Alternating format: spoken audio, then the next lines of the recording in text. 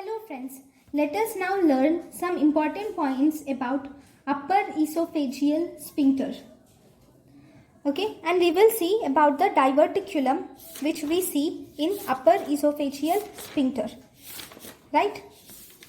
So, in the upper esophageal sphincter, first we will see all the muscles and the dehiscences and their diverticula. Okay? So, first and foremost, if you see, we have these are the oblique fibers of cricopharyngeus. These are the oblique fibers of cricopharyngeus and thyropharyngeus. These are the oblique fibers of thyropharyngeus. And here you see cricopharyngeus muscle. Okay, and then these are the longitudinal muscles of esophagus. Right, so this is the cricopharyngeal muscle. This is the longitudinal muscles of esophagus. Okay, between the, so this is thyropharyngeus. This is cricopharyngeus. This is longitudinal muscle of esophagus. Right.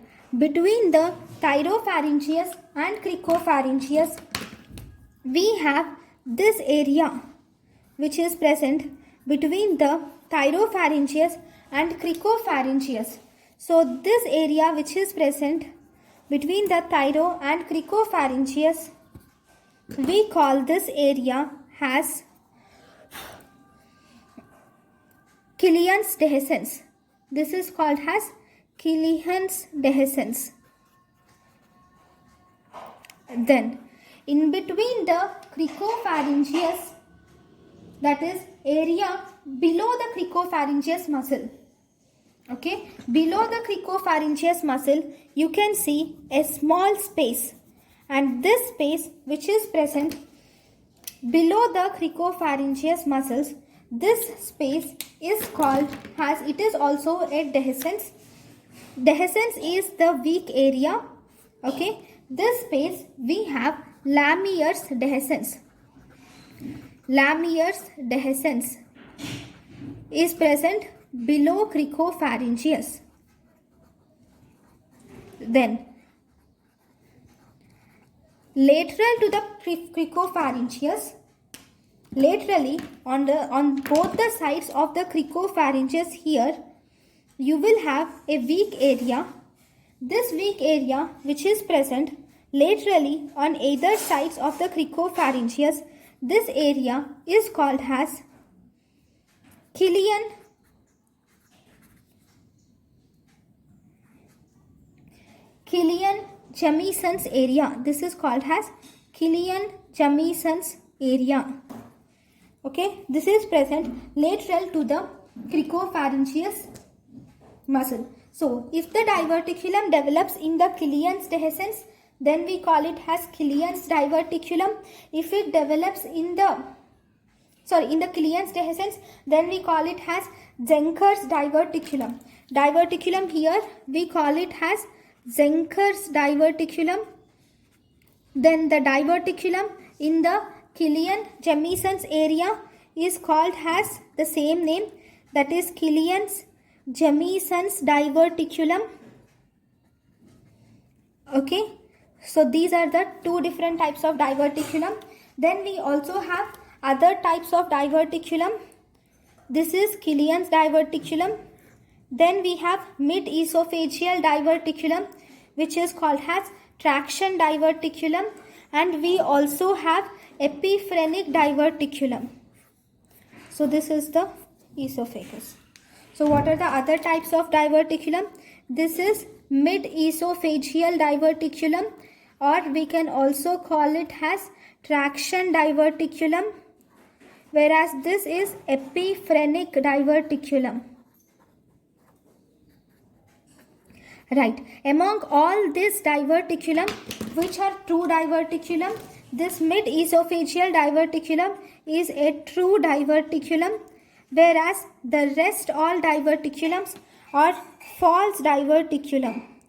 This epiphrenic diverticulum is a false diverticulum, and all the others, even the Zenker's diverticulum, is false diverticulum.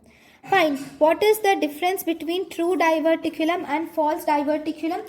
True diverticulum is here there is herniation of all the layers are seen in true diverticulum.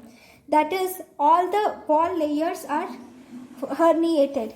Whereas in false diverticulum, only mucosa herniation is seen. Mucosal and submucosal herniation is seen in false diverticulum.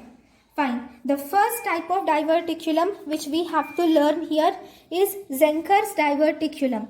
Zenker's diverticulum is the most common type of diverticulum in esophagus. It is a false diverticulum where you see the herniation of mucosa and submucosa only. Where you see only herniation of just mucosa and submucosa, whereas the muscular layer is intact. This is false diverticulum, and this is most commonly seen in elderly patient. It is common in diabetes mellitus, males and elderly patients.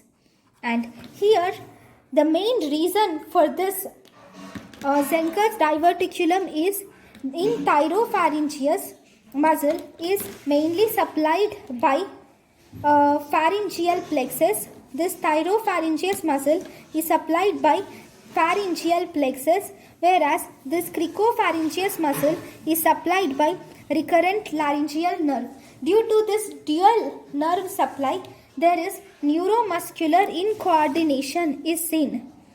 Neuromuscular incoordination is seen during the swallowing of food. So as a result, because of this neuromuscular incoordination and weakened area between the two muscles, there is formation of diverticulum.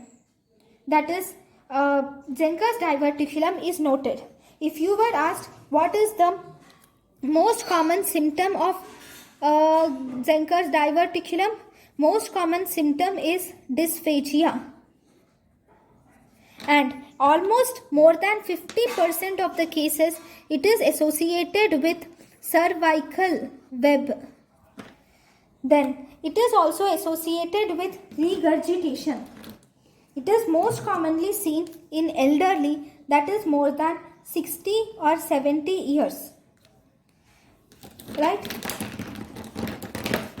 Then the complications are this Zenker's diverticulum increases the risk of aspiration, leading to pneumonitis, and finally it can cause lung abscess as the has the complication. Right? Then what is the investigation of choice? Investigation of choice of Zenker's diverticulum is barium swallow. Investigation of choice of Zenker's diverticulum is barium swallow. Then treatment of choice. So let me just draw the treatment so that it becomes easier. Fine. The treatment of choice of this Zenker's diverticulum is you can do cricopharyngomyotomy plus diverticulectomy is the treatment of choice. Diverticulopexy is the treatment of choice. Look, this is the esophagus. These are the thyropharyngeus muscle and this is cricopharyngeus muscle. This is the diverticulated portion. Okay, here what you do is you will do diverticulopexy. What is this diverticulopexy is? This I am drawing the same view, but I am drawing in lateral view. So this is the diverticulum, right? Now this diverticulum you are going to put it like this. against the gravity and you are going to suture it here. Okay, this is called as diverticulopexy. So once you suture this diverticulum above here, then the food which one takes, that will come like this. Okay, it will not enter the diverticulum because the diverticulum by itself is against the gravity. Okay, this is diverticulopexy, and you will also do a cricopharyngomyotomy. You will cut this muscle also. That is called as cricopharyngeus muscle you are going to cut. And this is called as cricopharyngeal myotomy. Cricopharyngeal myotomy plus diverticulopexy is the treatment of choice for Zenker's diverticulum. If the diverticulum is large, if Zenker's diverticulum is large, then you can do the procedure of diverticulectomy, where you will remove the diverticulum and suture it. This is called as diverticulectomy, which you do if it is a larger diverticulum. Right? Next, we also have one more procedure which is called as Dahlmann's procedure. So, what is this Dahlmann's procedure? Dahlmann's procedure is actually an endoscopic procedure. This is diverticulectomy. So, fine. What is Dahlmann's procedure? Dahlmann's procedure is actually an endoscopic procedure. See, if this is the diverticulum, now you will introduce an endoscopically, you will introduce a stapler, okay, and then you will cut this area and make both of them as a single cavity like this. So as a result, there is no pathway for food to get accumulated, so the food easily goes down. So this procedure is called as Dahlmann's procedure, which is an endoscopic procedure. Okay, this is about the Zenker's diverticulum. Then now after Zenker's diverticulum, we also have one more type of procedure, one more type of diverticulum, two more types of diverticulum, which are epiphrenic diverticulum and traction diverticulum. So if you see this traction or mid-esophageal diverticulum, here the causes are most important.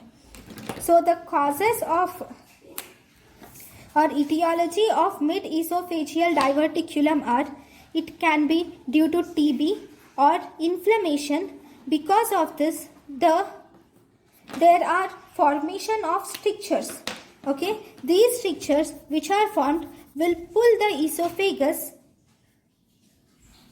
to one side, and as a result, here in the esophagus, along with the muscularis propria and also the muscularis mucosa, all these are diverticulated, and this is a true diverticulum because all the walls, all the layers of esophagus are diverticulated. And in this mid-esophageal diverticulum is most commonly seen on the right side. Then how are you going to treat it?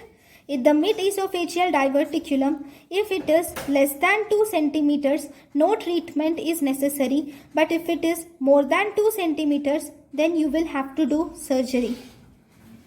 Then what about the epiphrenic diverticulum? Epiphrenic or false diverticulum. This is also a false diverticulum which is common on the right side.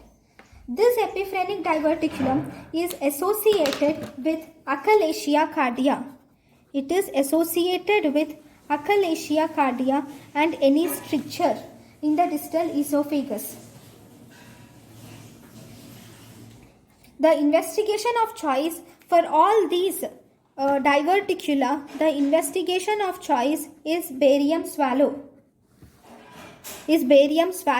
For all the diverticula which we are talking here, the investigation of choice is barium swallow. Even this epiphrenic diverticula also, if it is less than 2 centimeters, no treatment is necessary. If it is more than 2 centimeters, then you will have to do a surgery. Then if you see in the epiphrenic diverticula, this is actually associated with Ehlers-Danlos syndrome also. So this is about the diverticulum in the esophagus. Thank you guys for watching my lecture. Thank you.